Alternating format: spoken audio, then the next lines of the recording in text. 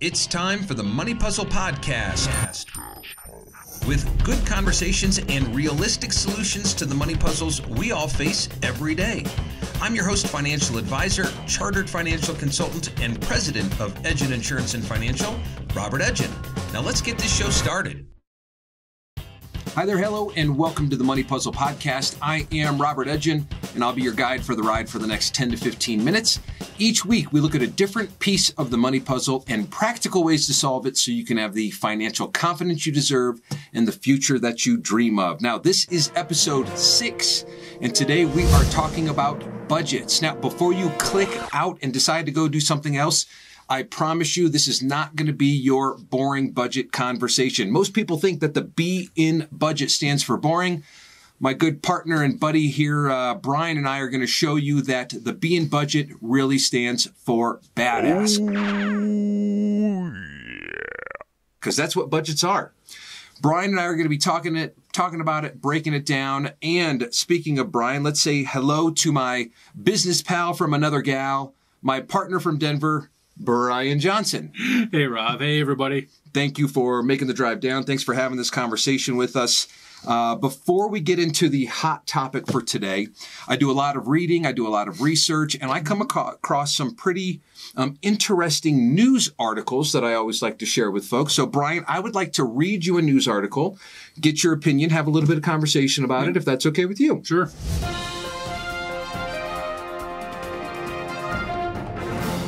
Okay, so this news article actually comes from Science Daily, and the headline is, "The stock market shows greater reaction to forecasts by analysts with favorable last names." Now, this is based on research by Dr. Jay Jung, assistant professor of accounting at Cass Business School. I'm not going to bore you with all of the details, but here's basically what they found. Stock market analysts and researchers with American-sounding last names were listened to more. They had more of a reaction by the public to their stock market forecasts. Now, for those of you who don't know, forecasts is just a fancy word for predictions, in my opinion. Right. And predictions is just a fancy word for guessing. But that's what they say. Brian, what do you think? Should people pay more attention to analysts because their names sound more American? No, I don't think they should really pay too much attention to analysts anyways. I think for all individuals, what you need to really pay attention to is your plan, you stick to it, and you don't deviate from it. And there's a big distinction between, I try to teach my clients, there's a difference between news and noise, because a lot of what you hear is actually just noise. Yep. But really, if it's coming from someone who has a name that you are familiar with, you tend to give it more credence and more credibility. That's really from a cognitive bias that people have, where just we all as people, we don't look to change our facts, or our opinions to go along with facts. Most of the time, people look to find facts that reconfirm their opinions. That's right. It's a cognitive bias, and it's something that leads to emotional investing, which can cause some problems. Now, I will say, as someone with the last name Johnson, this might actually be a beneficial study to someone like you. You have a very American-sounding last name. A very common last name. Not as bad as Smith. Not as bad as Smith. Well, in addition to research and analysts getting more response and more reaction if they have a more American-sounding last name, they also found that people with more American-sounding last names in our industry also have more career advancements. They make more, and they tend to grow their businesses faster. So congratulations on that, Mr. Johnson. I also think it's time to tell you my complete last name. I've always been using my shortened last name because it fits on my business cards better. But my actual full name is Robert Smith Brown Davis Johnson Allen Edgen, chartered financial consultant. I do think I'm going to start adding that to my business cards from now on. So anyways, that's it for today's news. Let's go ahead and get into the hot topic for today. All right, today's hot topic happens to be about budgets, and I thought we would just do kind of an intro to budgets, what they are, why people do them, why you should consider them doing them. But chances are, if you're listening to this, it's because you want to be more financially confident. You want to have that future that you dream of, which means you need to make good money decisions and good financial decisions for your family, which means you need to know where your money is coming in and going out, which means that you should consider doing a budget because it helps you with those things. Correct, Brian? That's right. The whole reason for a budget is for you to tell your money what you want it to do. Ooh, I like how that sounds. If you don't, it's going to do what it wants. If you don't tell your money what to do, your money is going to do what it wants. That's right. So I like that. Now, I actually It's like a toddler running out in traffic. If you don't hold the hand, they're gone. They're gone. Okay, I'll remember that next time I'm with a toddler and we're out near the traffic. I did a little research before we got together for this. Any guess as to what percentage of Americans actually budget? 5%. I actually was thinking that as well. According to research from, this is from a CNN study, 40% of Americans said that they use a budget when asked. Now, to me, saying yes to a research question like this is just like saying you'll go to your second cousin's 3-year-old's birthday party. You say yes because it sounds good. It's totally different saying that you actually do a budget and actually budgeting your budget. You actually have to balance that thing like you used to balance a checkbook. If you don't do it, you really don't have a budget. So maybe 40% of people think that they budget. Regardless, even if 40% really do, that means 60% of us as Americans are not budgeting right now, which just means that I always said if you're not budgeting, then you're just spending your money willy-nilly each month. Now, for bonus points, Brian, where does the term willy-nilly come from? I wanted to find it. I couldn't find it. I thought maybe you would know. So no? Okay. All right. Moving on. So let's start with what is a budget. Now, I checked with Investopedia and they say a budget is an estimation of revenue and expenses over a specified future period of time. It's compiled and reevaluated on a periodic basis. So that's more in the business world versus a personal budget. For all of us who have a salary, unlike Rob and I, which, we don't. But for all those who have a salary, you know exactly what's coming in every single month. So basically, you start your budget with your income. You take out your debts, you take out your reoccurring expenses like your electric bill, your sewer bill, your water bill, all that type of stuff. Then I like to break out the insurance separately. I just like having different categories in my budget. And then at the very end of my budget, I love putting down all the investments. So basically what you end up running to is a balance sheet at the very end. You know your net worth. All right. That was a very technical way of describing a budget. I'm going to give you my definition of a budget. A budget is something that makes you more attractive. And I'll explain that. Because a budget is me making sure that my dollars go where I want them to go. A budget is about me being in control of myself and my house. So it's helping me be smarter and look smarter and make smarter decisions. And all of those things make me more attractive. So to me... Except for the hairline. Except for the hairline. That's harsh, Brian. So to me, a budget is about being more attractive because a budget lets you control your house. That's really what it does. Why is a budget important? When you're looking towards, especially making purchases, your future retirement, savings, knowing that you actually have money when an emergency comes around, like oral surgery for my 12-year-old daughter that just happened. But guess what? Because of budgeting and preparing for things, I had money sitting there to be able to go to the oral surgeon and just take care of it. So a budget helps you be prepared. Prepared for everything. I like to describe it as this, as far as why a budget is important. I call it the law of measurement, which I actually talked about in a couple of podcast episodes ago. I don't think it's a real law, but I'd like to say that it is. But it basically says this: when you measure what matters always improves. And a budget is just the simple fact of measuring something that matters, which is your money and your finances. You got to remember, your money is the best way that you're going to create any net worth at all. Create future wealth is by knowing exactly where your money goes. And a budget will help you not only know where it goes, it'll help you spot money leaks. It'll help you spot inefficient and lazy dollars. So it definitely is important to make sure that your money is working as hard for you as you're working for your money. Your budget will tell you if it's doing that. So let's talk about, you kind of brought it up, but how do you budget? So basically how I budget, I take my income, put it at the very top of the sheet.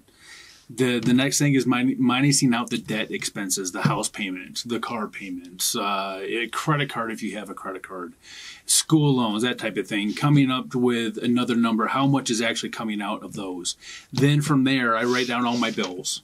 My grocery bill, my car gas bill, my water bill, that type of stuff. Lay all those out to another final number because those can change month to month to month. Mm-hmm. We're going into spring and summer, and so my home gas bill is actually going to go down. The electricity bill is going to go down. We're having longer days, all that sort of stuff. But you can always go back a year and look for the month of April and say, okay, I spent last year $100 for my electric bill, as an example, right? And so going forward, okay, I should budget $100 for this month because of last month. But it could change. It could be 95. It could be 105. Who knows? And then below that, I like to do the insurance stuff. I don't know. It's just me because I like insurance. So I put down all my insurance expenses coming out, my health insurance, my life insurance, my car payment, car insurance, that type of stuff. Then hopefully you come up with a number at the end. That number hopefully is going to be in the black and not the red. That black meaning that we're in the positive. And red we meaning? Have more money left over than we actually are planning on spending for the month. Out of there, I take out spending money for having fun because my wife likes to go have fun. My kids like to have fun. I take out my investment money for my brokerage account and for my company retirement plan. I'll come out of there as well.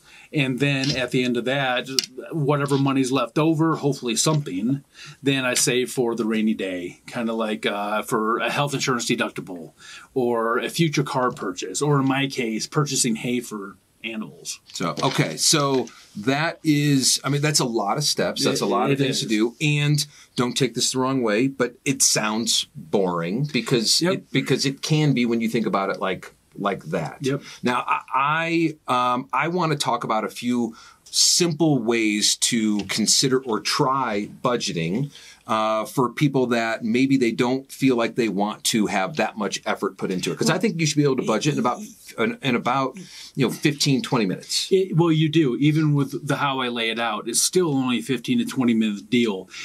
The only real time comes from setting it up the first time. That's it. Then it just runs itself. And so you just go in, you manage it like I do, like twice a week, if that. I go and look at what's in my checking account versus what's on my budget, mark things off, and move on. It doesn't take much time at all. All right. So what most people do is not that. Right. What I find most people do is called bank balance accounting, which means that they need to make a purchase. So they open up their phone, they get on their bank app, they look and say, well, I need $1,000 for this purchase. And heck yeah, I have $1,011. Therefore, I can make the purchase. Bank balance accounting. Yep. It's always just based on what is in their bank balance for the day.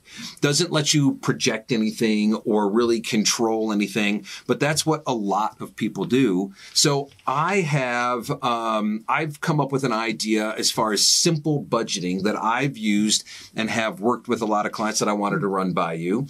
And I just call it the 4 accounts method, because most people are used to doing bank balance accounting. So I thought, how can we use those bad habits for good outcomes?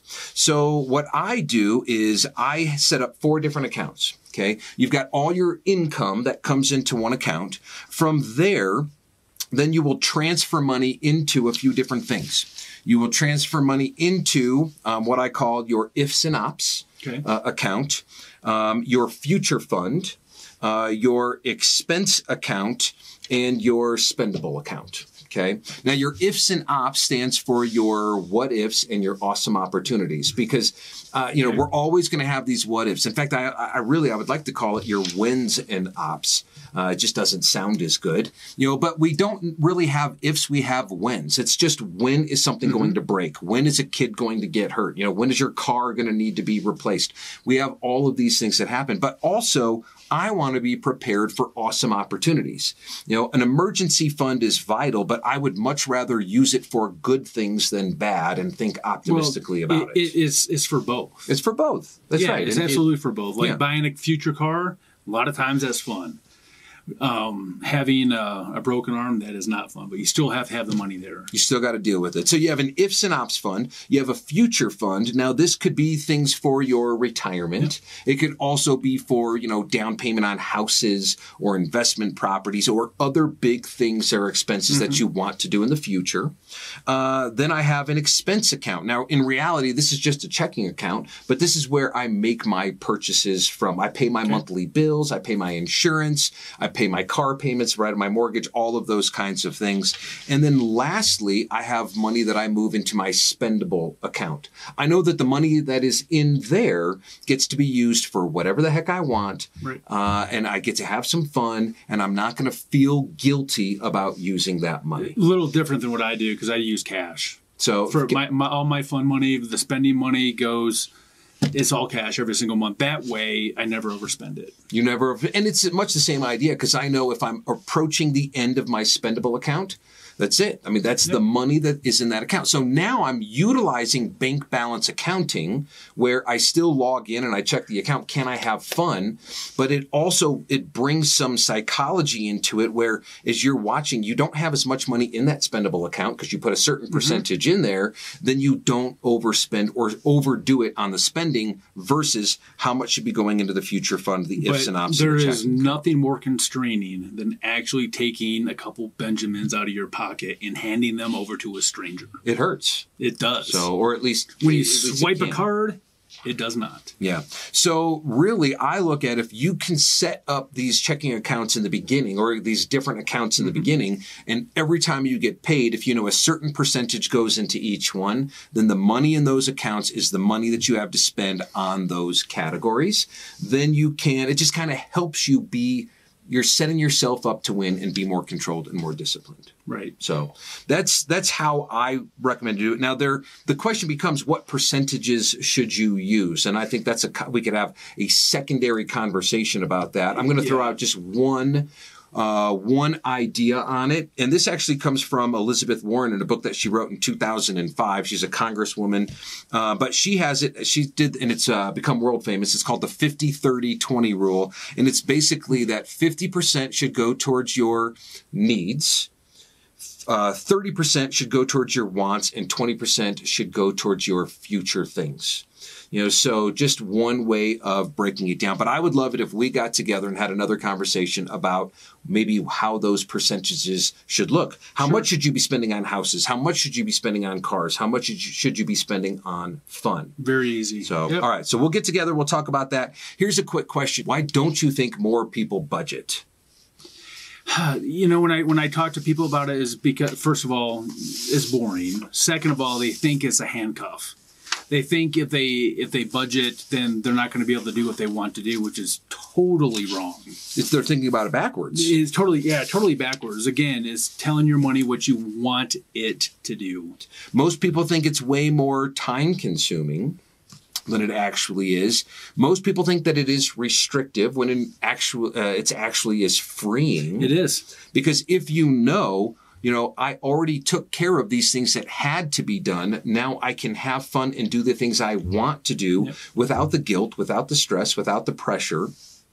Then that actually can be freeing. The other thing that I've found is that people think they have to be good at math, which is not true anymore. Unless you're a Common Core. So, I don't understand Common Core math. Me neither. Nobody understands Common Core math. I haven't even found a math teacher that can really understand it. Doesn't make any sense. It doesn't. Luckily, budgeting uses real math and calculators. Minus and pluses. That's it. Or there are plenty of softwares that can be used to help you budget as well. QuickBooks or Mint or Quicken. There's all of these different things as well. So use the simple ones. Yeah. So you don't have to be good at math. So you can use an Excel spreadsheet. Last question. How often should people budget?